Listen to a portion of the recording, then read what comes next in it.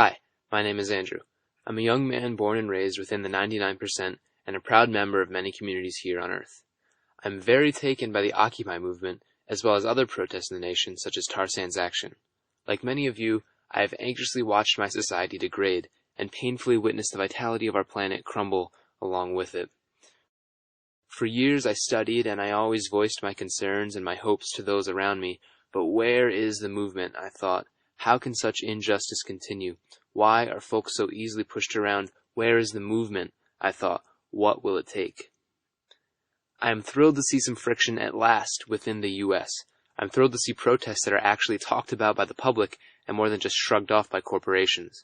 Such Occupy camps in every city give me great inspiration to keep acting, like many others I've spoken to who are refueled or re-energized to join in, or who may just be invigorated for the very first time.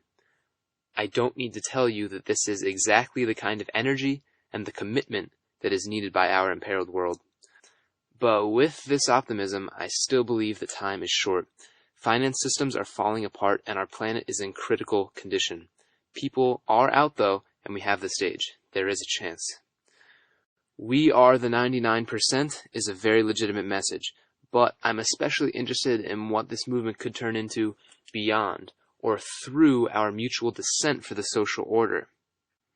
The Occupy movement has been criticized for its lack of clear demands, but what's more important to me is the need for a clear vision. No doubt the General Assemblies are already pushing forward to articulate such goals, but I am here to share perspectives that I believe must remain on the table and to propose a specific direction that I feel addresses the sum of our needs with a realistic strategy to get there. So, no less than a global perspective. For the situation now, 11 years after the new millennium, I don't believe that we can afford anything less than a global perspective. If we are to carve a livable future, then each of our battles must be united. The truth is, though, that they already are. Environmental degradation, crimes against human rights, famine, war, inequality, and unemployment are all symptoms of the same ailment. They're symptoms of the same disorder. Until activists realize that it is an industrial model of our civilization that we're up against, and not just certain policies within that system, then we will have to be content with subtle shifts and no serious change. I believe that the world needs joint solutions to its diverse problems, and I believe that such broad solutions do exist. I am making this video to bring up the concept of ecological restoration, that's ecological restoration on a massive scale, and how that process may be accomplished while mending all of our other troubles. As stated, the Occupy movement has been poorly discredited for lacking specific demands, but it will be brilliant visions, in fact, that bring it from a mass protest to a movement that we all pursue. Now, before I outline this vision for the movement and for the planet, I just want to urge everyone that as we press forward to formulate our vision, think way outside of the box.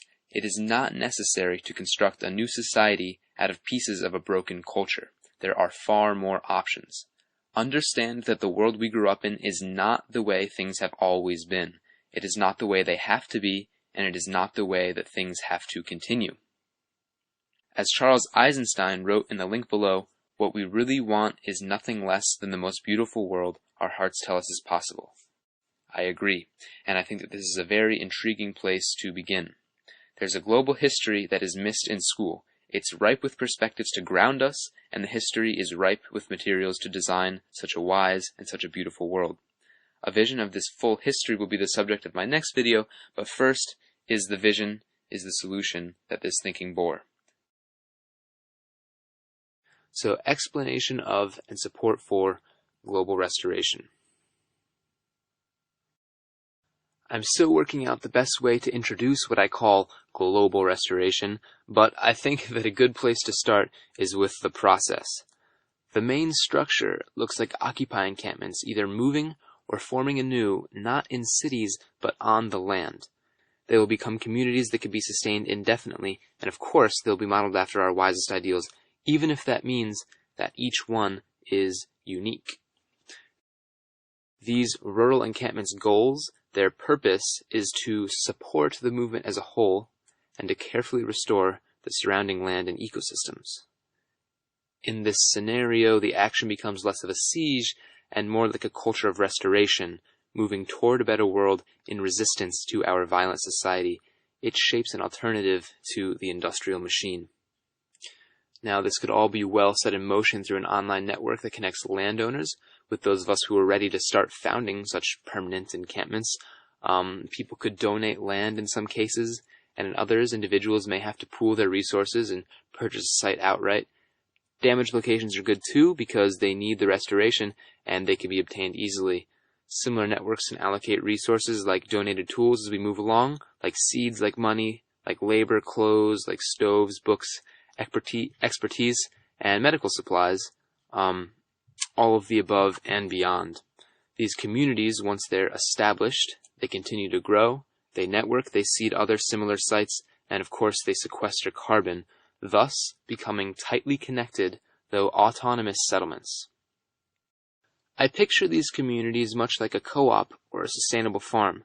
Similarities include the potential to provide a new livelihood for the people within, and key distinctions being that the Occupy groups support all the other groups, and another characteristic of the groups is that they are all grounded in global restoration, meaning that they will participate as little as possible with industrial systems, and their management strategies oversee the health of the native ecosystem while detoxifying global resources like water and like atmosphere.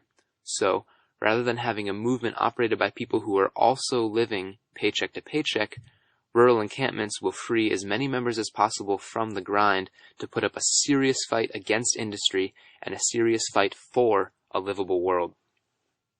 It's to form a greater support network for the movement. It is a boycott and an alternative all in one. Encampments can still protest and advocate, yes, of course, but working on the ground together also lets us do something bigger. It lets us implement our best world. It lets us implement and demonstrate what an equitable, sustainable, moral, creative, and abundant society can and will look like. Scientists are calling for drastic emission cuts, but what alternative energy can meet that demand?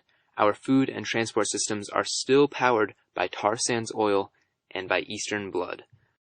Most sane people dream of a life that can be lived without denying other communities the ability to live to their potential.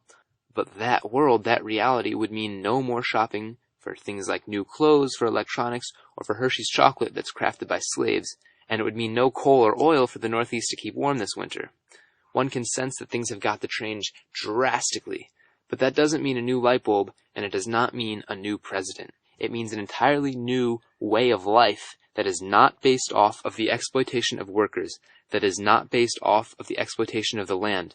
It means an entirely new way of life that is not based off of the exploitation of indigenous people or the exploitation of the climate, of forests, of mines, or of mountains, and it means an entirely new way of life that is not based off of the exploitation of our futures. When these basic principles are finally applied in full, it will be proud, locally dependent communities that we call home. It is to construct working models of these communities while we collectively answer the needs of the natural world that accomplishes the vision of global restoration. This is wild. This is a wild, though practical solution, and it would be difficult to pull off in a society of isolation, but now that the Occupy movement has created, well, a movement, then connected communities can be generated voluntarily, as I'm describing. The sooner that we begin this process, the smoother our transition will be, and the further that we will get before it's too late. This has been an introduction to one of the many possible directions that the Occupy process or a movement of its own could take. I've written much more than this first 9 minutes, so check back for more. I'll be putting together more videos or maybe just an article with greater details, support, and clarification that I look forward to posting soon and that I hope will turn into a series of resources. But until then, contact me by all means if this is something that you're interested in. It's a concept that I'm absolutely invested in and passionate about, that I intend to see through, not just as a series of videos, but creating actually and developing one of these physical communities. So let's network. Besides that, definitely comment on the video and the idea itself. Until next time.